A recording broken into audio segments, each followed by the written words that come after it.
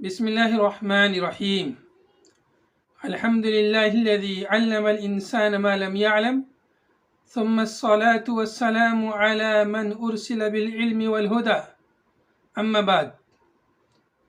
مشاہدین کرام، السلام علیکم ورحمۃ اللہ وبرکاتہ. امادہ شعون الطلاب جامعہ محمدیہ منصورہ مالیگاؤں کے اشراف میں چلنے والا سلسلہ تعلیمی و تربیتی دروس کہ آج میں آپ حضرات کے سامنے 19ویں کڑی لے کر حاضر ہوا ہوں. آج کے پروگرام کا ہمارا موضوع ہے کہ علم کو ازبر کرنے کی اہمیت اور اس کے طریقے، کہ علم کو ہم کس طرح سے ازبر اور محفوظ کر سکتے ہیں، اس کی کیا اہمیت ہے اور کیا ضرورت ہے. اس اہم موضوع پر گفتگو کرنے کے لیے ہم نے دعوت سخن دی ہے فضیلت الشیخ ڈاکٹر نوح عالم بخاری مدنی حفظہ اللہ کو. آپ موصوف جامعہ محمدیہ منصورہ مالیگاؤں میں فقہ و فتاوی اور درس و تدریس کے فرائض انجام دے رہے ہیں. میں ڈاکٹر موصوف کا شکر گزار ہوں کہ آپ نے ہمارے طلباء و طالبات اور دیگر سامعین کو اپنے قیمتی پند و نصائح سے نوازا.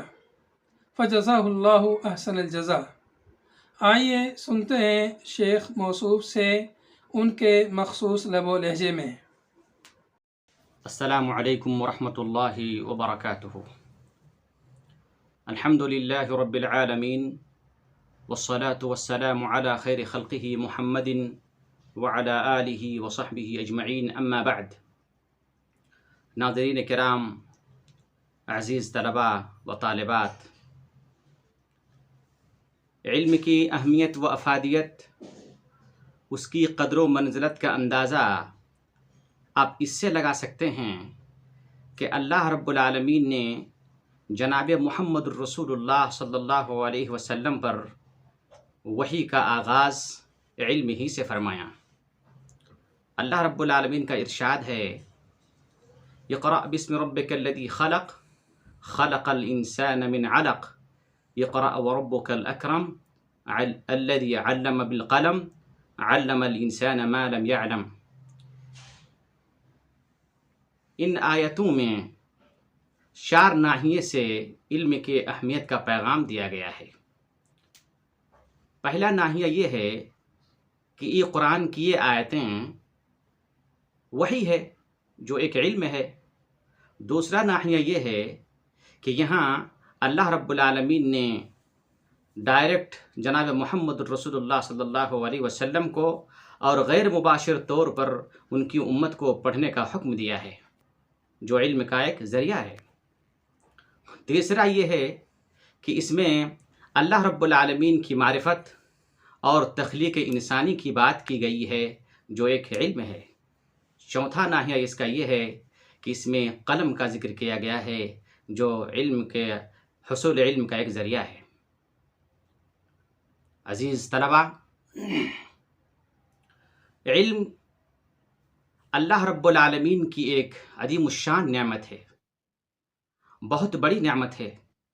اللہ تعالیٰ جس کو چاہتا ہے دیتا ہے اور جسے نہیں چاہتا ہے نہیں دیتا ہے. علم ایک ایسی دولت ہے جس دولت سے صاحب علم دنیا میں مستفید ہوتا رہتا ہے اور آخرت میں بھی اس سے مستفید ہوگا. علم ایک ایسی دولت بھی ہے کہ جو دولت مرنے کے بعد بھی منقطع نہیں ہوگا، اور ان کی نیکیاں، ان کی بھلائیاں صاحب علم کو پہنچتی رہیں گی. میرے بھائیوں، یہ علم ایک ایسی دولت ہے جسے محفوظ کرنے کے لیے دربان کی ضرورت نہیں، نگہبانوں کی ضرورت نہیں، جسے نہ کوئی چور چوری کر سکتا ہے، نہ اس پر کوئی ڈاکہ ڈال سکتا ہے، نہ یہ سردیوں میں سکڑتا ہے اور نہ ہی گرمیوں میں یہ مرجھاتا ہے.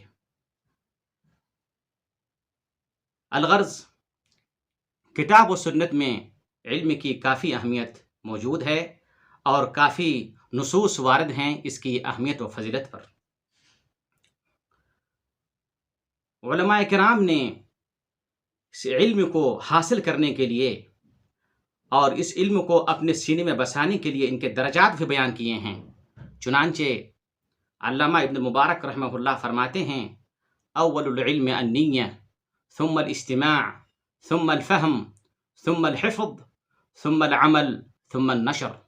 علم کا پہلا درجہ یہ ہے کہ انسان اپنی نیت کو خالص کرے، للہیت کے واسطے علم سیکھے۔ دوسرا درجہ اس کا یہ ہے کہ علم کو سنیں، استماع کہا گیا ہے، کتابوں سے پڑھنے کا حکم نہیں دیا گیا، بلکہ علم علماء کرام سے سنیں، علماء کرام کے پاس جا کر کے تحت تلمذ اختیار کرے، ان سے علم حاصل کریں، شاگردی کا شرف حاصل کریں۔ اور تیسرا مرحلہ اس کا یہ ہے الفہم، علم کو سمجھیں، سمجھ کر کے یاد کریں۔ سمجھنے کی ایک بہت بڑی اہمیت ہے، اور قرآن مجید کو سمجھنے ہی کے لیے نازل فرمایا گیا ہے تاکہ لوگ اس کو سمجھے اور اس پر عمل کرے۔ یہی وجہ ہے کہ اللہ رب العالمین نے علماء کی بڑی تعریف کی ہے اور کہا انما یخشی اللہ من عبادہ العلماء۔ علماء کرام اللہ سے حقیقی معنی میں ڈرتے ہیں کیونکہ ان کو نصوص کے معانی و مفاہیم اچھی طرح سے معلوم ہوتے ہیں میرے بھائیوں۔ اور اس کا چوتھا مرحلہ ہے الحفظ، یاد کرنا، یاد کرنا، ازبر کرنا، سینے میں بسا لینا، سینے میں پیوست کر لینا، ذہن نشی کر لینا، اور اس کی بھی ایک بہت بڑی اہمیت ہے۔ علم دراصل حفظ ہی کو کہتے ہیں۔ جس نے علم کو یاد نہیں کیا، ازبر نہیں کیا، اس کو علم نہیں کہا جاتا ہے، اس کو علم نہیں کہا جاتا ہے۔ اور اسی حفظ اور یاد کرنے کی طرف اشارہ کرتے ہوئے جناب محمد الرسول اللہ صلی اللہ علیہ وسلم نے فرمایا نضر اللہ امرأ سمع منا حدیثا فحفظه وبلغه غیرہ۔ اللہ رب العالمین اس شخص کو تر و تازہ رکھے، خوش و خرم رکھے، باسعادت بنائے جنہوں نے مجھ سے حدیث سنی اور اس کو یاد کیا اور دوسروں تک پہنچایا۔ یہاں جناب محمد رسول اللہ صلی اللہ علیہ وسلم نے حفظ حدیث کی طرف ترغیب دی ہے، کیونکہ حفظ ہی علم ہے، حفظ ہی علم ہے۔ عربی میں ایک کہاوت ہے، علماء کرام نے کہا ہے من حفظ المتون حاز الفنون ومن لم يحفظ الاصول حرم الاصول۔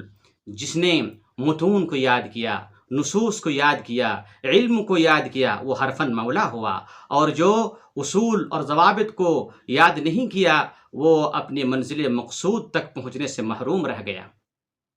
لہذا حفظ کرنے، یاد کرنے، ازبر کرنے کا ایک اعلیٰ مقام ہے۔ اسی لیے عبد الرزاق الصنعانی کہتے ہیں کل علم لا يدخل مع صاحبه الحمام فليس بعلم۔ ہر وہ علم جو صاحب علم کے ساتھ حمام تک نہ جا سکے اس کو علم نہیں کہتے ہیں، یعنی وہ اگر علم ازبر نہیں ہے، یاد نہیں ہے تو اس کو علم نہیں کہا جاتا ہے۔ اسمعی نے کہا کل علم لا يدخل معي في الحمام لا يدخل معي الحمام فليس بعلم۔ ہر وہ علم جو میرے ساتھ حمام تک نہ جاتا ہو، یعنی مجھ کو یاد نہ ہو، ازبر نہ ہو، میں اس کا حافظ نہ ہوں، تو اس کو علم نہیں کہا جاتا ہے، اس کو علم نہیں کہا جاتا ہے۔ ہبۃ اللہ البغدادی کے حوالے سے علماء کرام نے چند اشعار ذکر کیے ہیں جس کا جو یہ کہہ رہے ہیں کہ علم دراصل حفظ کو کہتے ہیں۔ علم دراصل وہ ہے جس کو صاحب علم جس وقت چاہے، جیسے چاہے، جس انداز میں چاہے، جہاں چاہے وہ حاضر کر سکے اور لوگوں کو دے سکے، لوگوں کو اس سے محظوظ کر سکے، وہی دراصل علم ہے۔ کتاب کے اندر علم محفوظ ہے، دفتروں کے بیچ کتاب علم محفوظ ہے، اس کو علم نہیں کہتے ہیں۔ علم دراصل وہ ہے جس کو انہوں نے اپنے سینے میں محفوظ کر لیا۔ کہتے ہیں علمی معی حیث یممت ینفعنی بطنی وعاء له لا بطن صندوقی ان كنت في البيت كان العلم فيه معي وان كنت في السوق كان العلم في السوق۔ علم وہ ہے جہاں میں جانا چاہوں میرے ساتھ ساتھ وہ علم جائے، اور علم کا بردن اور علم کا خزانہ میرا پیٹ ہے، میرا سینہ ہے، نہ کہ کوئی بکسا، نہ کوئی بیگ ہے۔ اگر میں گھر پہ رہوں تو میرا علم گھر میں رہے، وہی علم ہے۔ میں بازار میں رہوں تو میرا علم میرے ساتھ ساتھ بازار جائے، وہی علم ہے میرے بھائیوں، وہی علم ہے۔ اسی طرح سے عبید اللہ السیرفی کہتے ہیں کہ لیس بعلم ما حواہ القمطر وما العلم الا ما حواہ الصدر فذاک فیہ شرف وفخر وزینۃ جلیلۃ وقدر، علم اس کو نہیں کہتے ہیں جو کتاب کے گٹھریوں میں ہو، علم اس کو نہیں کہتے ہیں جو کتاب کے بستے میں موجود ہو، علم دراصل وہ ہے ما حواہ الصدر، جس کو سینے نے محفوظ کر لیا، جس کو سینے نے ازبر کر لیا، جس کو ذہن نے اپنے ذہن میں بسا لیا، وہی دراصل علم ہے، وہی دراصل علم ہے۔ اور یہی وہ علم ہے، وہ سینے پہ بسنے والا ہی وہ علم ہے جس کی قدر و منزلت ہے، جس کا مقام ہے میرے بھائیوں۔ لہذا ہمیں علم کو ازبر کرنا چاہیے، چاہے وہ حفظ کے ذریعے سے ہو، فہم کے ذریعے سے ہو، لکھنے کے ذریعے سے ہو، پڑھنے کے ذریعے سے ہو، المہم جس علم کو آپ نے اپنے اندر بسا لیا وہی دراصل علم ہے، جس علم کو آپ جس وقت چاہیں جیسے چاہیں آپ حاضر کر سکیں وہی دراصل علم ہے میرے بھائیوں۔ یہی وجہ ہے کہ سلف صالحین علم کو حفظ الصدر، ضبط الصدر کرتے تھے، اپنے سینے میں بساتے تھے۔ آئیے آپ کو اس سے اندازہ ہوگا کہ علم دراصل وہی ہے جس کو صاحب علم نے اپنے دل میں بسایا ہے۔ امام غزالی رحمۃ اللہ علیہ طوس سے جرجان علم سیکھنے کے لیے گئے، اور ایک لمبی مدت وہاں قیام کرنے کے بعد جب علم کا ذخیرہ اپنے دفتروں میں، کتابوں میں رقم کر کے جو واپس آ رہے تھے تو راستے میں ڈاکوؤں کی ایک جماعت نے ان پر ڈاکہ ڈالا اور ہر ایک سے ان کے جوہرات اور ان کے پیسے اور ان کے نقود سب چھین لیے۔ امام غزالی کے پاس جب آئے تو دیکھا کہ ان کے پاس ایک بھاری بھرکم بستہ ہے، سوچا کہ اس میں سونے اور چاندی کے جواہرات موجود ہیں، مگر جب وہ دیکھا تو اس میں صرف کتابیں ہی ملی۔ الغرض وہ لوگ جو ہے اس بستے کو لے کے بھاگنے لگے۔ امام غزالی رحمۃ اللہ علیہ کہتے ہیں میں ان کے پیچھے دوڑنے لگا اور ان سے منتیں کرنے لگا کہ میرے بھائیوں میری یہ بستہ واپس کر دو اور اس کو لوٹا دو، اس کے اندر جو چیزیں ہیں اس سے تم فائدہ نہیں اٹھا سکتے ہیں، یہ صرف میری ذاتی چیزیں ہیں۔ کہا کہ اس کے اندر کیا ہے؟ کہا کہ اس کے اندر میرا علم ہے، اس کے اندر میری کتابیں ہیں، اس کے اندر میرے تعلیقات ہیں، اب میں نے جو ہے ابو نصر اسماعیلی کے پاس جرجان میں جو کچھ سیکھا ہے میں نے اس کو قلم بند کیا ہے۔ تو وہ ڈاکو ہنس کر کے کہنے لگے واہ غزالی کیا بات ہے، آپ جس کو یاد نہیں کیے، جس کو آپ نے سینے میں نہیں بسایا، جس کو آپ نے یاد نہیں کیا، اس کو بھلا آپ علم کیسے کہتے ہیں؟ امام غزالی کہتے ہیں کہ ان کی یہ بات میرے دل پہ بجلی بن کر گری اور میں نے عزم کر لیا کہ اس کے بعد جو بھی میں علم سیکھوں گا اس کو ازبر کروں گا، یاد کروں گا۔ الغرض اس ڈاکو نے اس کی کتاب کو واپس کر دی، اور جب وہ طوس پہنچے تو کہتے ہیں کہ 3 سال کی مدت میں نے جتنی باتیں لکھی تھی ابو نصر اسماعیلی سے سب کو یاد کر لیں میرے بھائیوں۔ یہ ہے دراصل علم میرے بھائیوں۔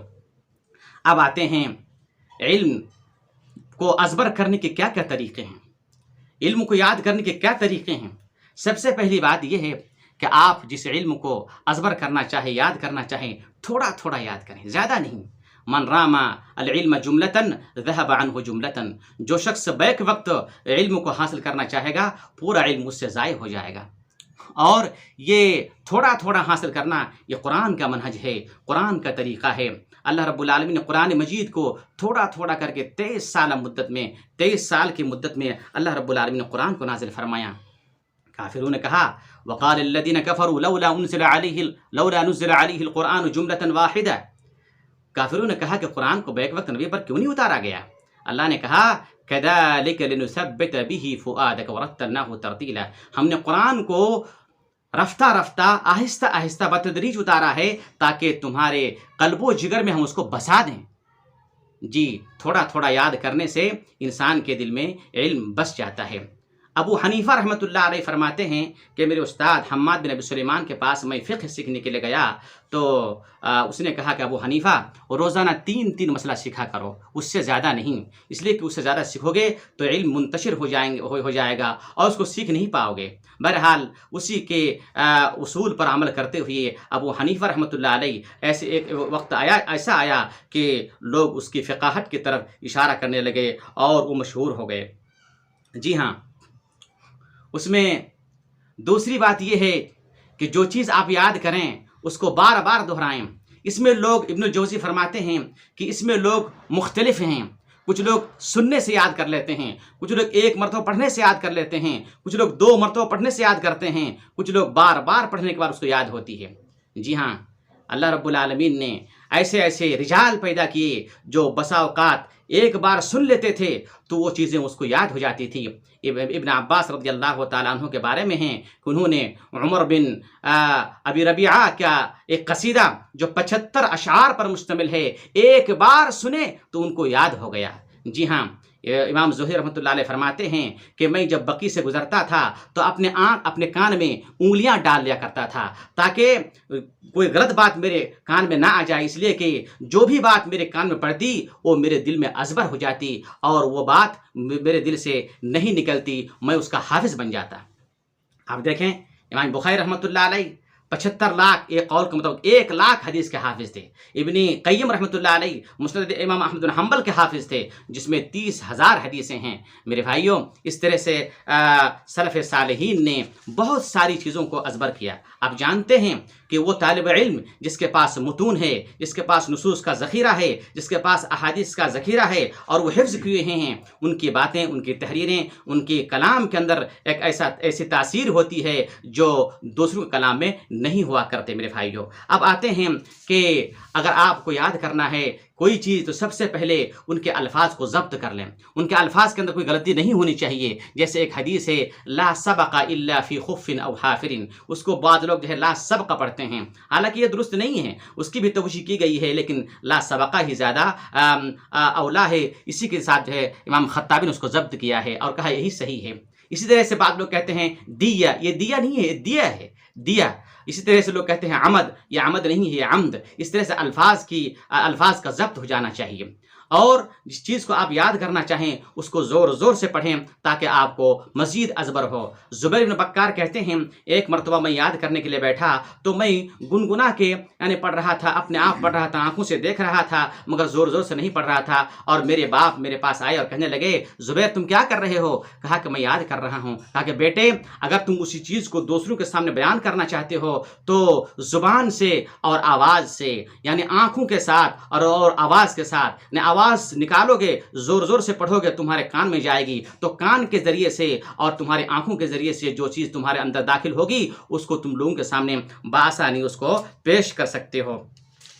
جی ہاں، حفظ کرنے کے اسباب کیا کیا ہیں؟ ایسے حفظ نہیں ہو جاتا ہے۔ حفظ کرنے کے اسباب مجمل انداز میں 3-4 باتیں بتاؤں گا انشاءاللہ، جس سے آپ کو آسانی ہوگی یاد کرنے میں۔ پہلی بات یہ ہے کہ اللہ سے دعا کرنی چاہیے۔ دعا ایک بہت بڑا ہتھیار ہے اور بہت قیمتی چیز ہے، اس کے ذریعے سے دنیا کی آپ بہت ساری چیزیں حاصل کر سکتے ہیں۔ اللہ دینے والا ہے، وقال ربکم ادعونی استجب لکم، اللہ نے کہا کہ مجھ سے پکارو میں تمہیں دینے والا ہوں۔ ابن تیمیہ رحمۃ اللہ علیہ کے بارے میں مشہور ہے، جب انہیں کوئی مسئلہ سمجھ میں نہیں آتا تھا تو کسی یہ مہجور مسجد میں چلے جاتے، ایسے ویران مسجد میں چلے جاتے اور وہاں جا کے اللہ سے گڑگڑاتے اور کہتے اے اللہ تو نے ابراہیم کو سکھایا ہے، مجھے بھی سکھلا دے، مجھے بھی سمجھا دے، لہذا دعا کرنی چاہیے۔ ابن حجر رحمۃ اللہ علیہ فرماتے ہیں کہ ایک مرتبہ میں خانہ کعبہ حج کرنے کے لیے گیا تو میں زمزم جب پیا تو میں نے اللہ سے دعا کی اللہ مجھے علم حدیث کی محبت میرے دل میں بسا دے، مجھے حدیث یاد کرنے کی توفیق عطا فرما۔ ابن حجر کہتے ہیں پھر 20 سال کے بعد مجھے مکہ جانے کا موقع ملا تو پھر جو ہے میں نے مزید اللہ رب العالمین سے دعا کی اور میں یہ امید کرتا تھا کہ اللہ رب العالمین مجھے اور ترقی دے گا۔ اس طرح سے اللہ رب العالمین سے دعا کرنی چاہیے علم کی آسانی کے لیے کہ اللہ تو مجھ میں علم کی آسانی پیدا فرما۔ جی ہاں، دوسری بات یہ ہے کہ جو شخص حفظ کرنا چاہتا ہے، علم کو ازبر کرنا چاہتا ہے، وہ گناہوں سے دور رہے، وہ گناہوں سے بالکل دور رہے۔ علی بن خشرم کہتے ہیں میں نے کبھی وکیع کے ہاتھ میں کوئی کتاب نہیں دیکھی، وہ جتنی چیزیں بیان کرتے تھے بغیر کتاب کے بیان کرتے تھے، اپنے حفظ سے بیان کرتے تھے۔ میں نے کہا کہ ذرا بتائیں گے کہ یاد کرنے کی کون سی دوا آپ کے پاس ہے؟ کہا کہ اے علی اگر میں تم کو بتاؤں دوا تم اسے استعمال کرو گے، اس کو استعمال کرو گے؟ کہا کیوں نہیں؟ کہا کہ ترک المعاصی، گناہ کو چھوڑ دو، تم ساری چیزیں بآسانی یاد کر لو گے۔ جی ہاں، تو گناہ کا چھوڑنا یہ باعث حفظ ہے یا علم کو ازبر کرنے کا ایک وسیلہ ہے۔ اسی لیے کہتے ہیں وکیع کے ایک شاگرد نے کہا شکوت الی وکیع عن سوء حفظی فاوصانی الی ترک المعاصی، کہ میں نے وکیل کی طرف وکیل کے سامنے اپنی شکایت کی کہ وکیل میں جو یاد کرتا ہوں بھول جاتا ہوں، اس کا کوئی علاج بتائیے۔ انہوں نے کہا کہ گناہ کو چھوڑ دو، فَإِنَّ الْعِلْمَ نُورٌ مِّنْ إِلَٰهِ وَنُورُ اللَّهِ لَا يُعْطَىٰ لِعَاصٍ۔ علم اللہ کا ایک نور ہے، اللہ رب العالمین صاحب معصیت کو علم نور عطا نہیں کرتا ہے۔ تیسرا سبب اس کا یہ ہے کہ انہماک، اہتمام، عزم ہونا چاہیے۔ اذا صدق العزم وضح السبیل، جب پختہ ارادہ ہوتا ہے تو راہیں ہموار ہو جاتی ہیں، راہیں ہموار ہو جاتی ہیں۔ غلامی میں نہ کام آتی ہیں شمشیریں نہ تدبیریں، جو ہو ذوق یقین پیدا تو کٹ جاتی ہے زنجیریں۔ جی ہاں، انہماک ہونا چاہیے، اہتمام ہونا چاہیے، بار بار آپ کا اوڑھنا بچھونا، آپ کا مطمع نظر، آپ کا مقصد و ہدف یاد کرنا ہونا چاہیے، تبھی جا کے یاد ہوگا۔ امام بخاری کہتے ہیں، میں نیساپور میں تھا، بخارا سے میرے پاس خطوط آتے تھے میرے رشتہ داروں کے، میں بہت سارے خطوط آتے تھے، وہ لوگ مجھے سلام عرض کرتے تھے۔ میں نے ایک دن سوچا کہ ان کے سلام کا جواب دوں، خط لکھوں، ان کے سارے نام میں بھول گیا، میں ان کے سارے نام کو بھول گیا، مجھے یاد نہیں رہا۔ یہی وہ امام بخاری ہیں جو ان کے رشتہ داروں کے نام بھول گئے، اس لیے کہ ان کے ساتھ ان کا کوئی تعلق نہیں تھا، ان کو وہ اہم نہیں سمجھتے تھے، بلکہ وہ حفظ حدیث پر اپنا پورا وقت گزارتے تھے۔ یہی وہ امام بخاری رحمۃ اللہ علیہ ہیں جو امام بخاری رحمۃ اللہ علیہ کہتے ہیں کہ میں نے حضرت انس رضی اللہ تعالیٰ عنہ کے شاگردوں کے بارے میں سوچنے لگا تو مجھے بیک وقت برجستہ طور پر 300 شاگردوں کا نام یاد آیا۔ جی ہاں، لہذا انہماک ہونا چاہیے۔ اسی طرح سے میرے بھائیوں، بار بار اس کی عادت ڈالنی چاہیے۔ ابو الہلال عسکری کہتے ہیں جب ہم لوگ یاد کرنے لگے تو یاد کرنا بڑا مشکل پڑتا تھا، تو بعد میں جب اپنے آپ کو اس کا عادی بنا لیا تو ایک رات میں 200 اشعار پر مشتمل قصیدہ یاد کر لیتے تھے۔ جی ہاں، لہذا عادت ڈالنی چاہیے اور علم پر عمل کرنا چاہیے۔ عمل کرنے سے اس علم کو ازبر کرنے میں بڑی آسانی پیدا ہوتی ہے۔ اسی طرح سے علم حاصل کرنے چاہیے بچپن میں۔ ابو قتادہ کہتے ہیں، قتادہ بن دعامہ سدوسی کہتے ہیں کہ العلم فی الصغر کالنقش فی الحجر، بچپن میں علم حاصل کرنا پتھر میں لکیر کھینچنے کی طرح سے ہے، لہذا بچپن میں علم حاصل کرنا چاہیے، علم کا مراجعہ بار بار کرنا چاہیے۔ عبداللہ بن مسعود فرماتے ہیں کہ علم کا مذاکرہ کرو، علم کی زندگی اس کے مذاکرے میں ہے، علم کی زندگی اس کے چرچے میں ہے۔ لہذا اللہ رب العالمین ہم تمام کو علم حاصل کرنے اور علم کو ازبر کرنے اور علم کو اپنے سینے بسانے اور لوگوں کے سامنے اس کو پیش کرنے کی توفیق عطا فرمائیں۔ اللہ رب العالمین سے دعا ہے کہ اللہ رب العالمین ہمارے عزیز طلباء اور طالبات، ہمارے دیگر بھائیوں کو، سامعین کو اور حاضرین کو، ناظرین کو، سب کو علم کی دولت سے بہرامند فرمائیں۔ ھذا وصلی اللہ علی نبینا محمد وعلی آلہ وصحبہ اجمعین۔ السلام علیکم ورحمۃ اللہ وبرکاتہ۔